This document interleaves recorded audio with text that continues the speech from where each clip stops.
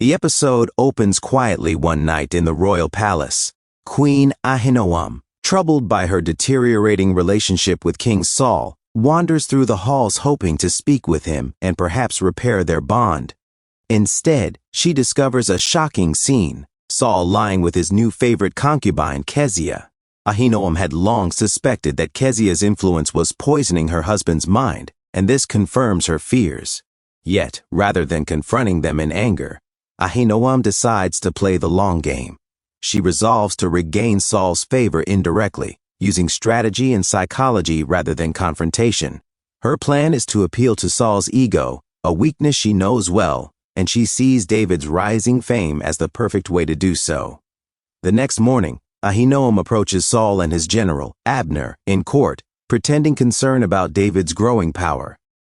She reminds Saul that the young warrior's popularity among the people is expanding rapidly, and that David has recently shown defiance, most notably his bold refusal to marry Merab at the end of the previous episode. Ahinoam suggests that David's disobedience could soon threaten the royal family.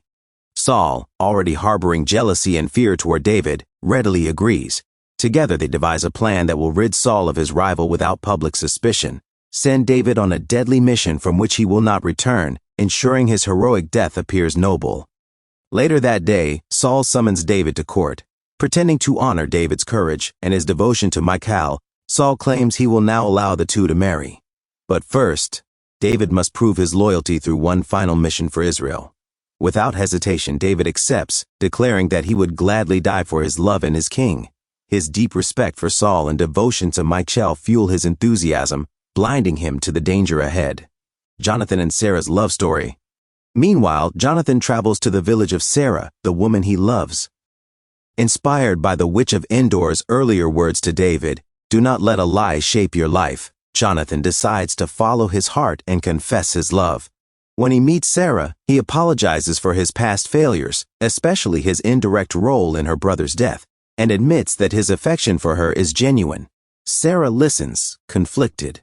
Though her anger has softened, she fears the life that awaits as the wife of Israel's future king. She does not wish to live within royal constraints or political games.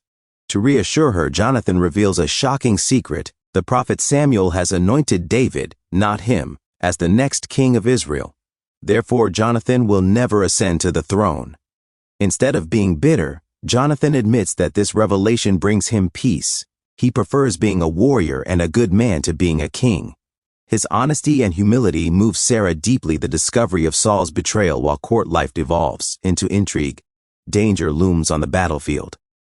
Before David had departed, Joab had noticed Doeg releasing a carrier pigeon, a suspicious act that hinted at secret correspondence. Joab's instincts tell him that something is wrong, especially given the perilous nature of David's mission. After the wedding feast, he tells Michal of his suspicions and vows to investigate.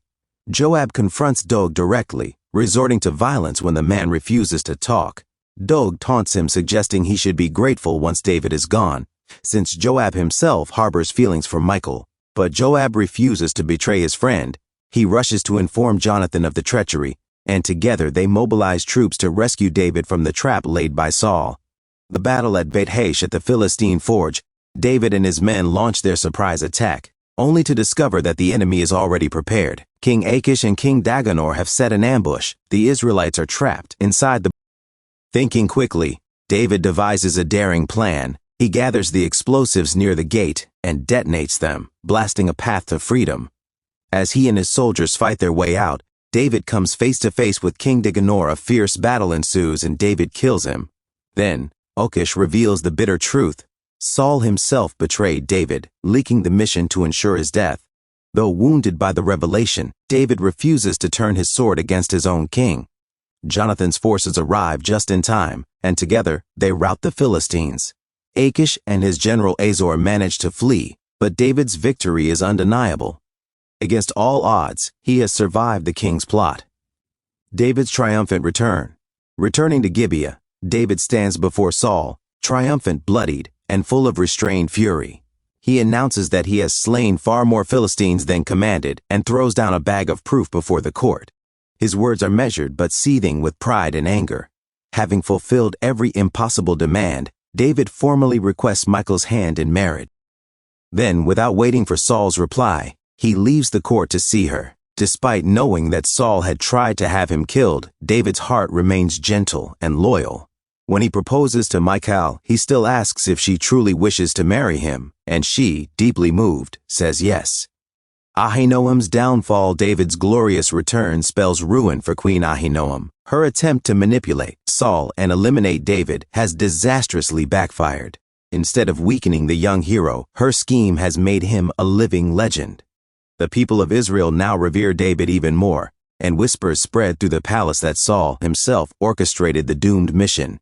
Enraged and humiliated, Saul turns on Ahinoam. In a fit of fury, he blames her entirely for the failure, striking her and dragging her from the palace.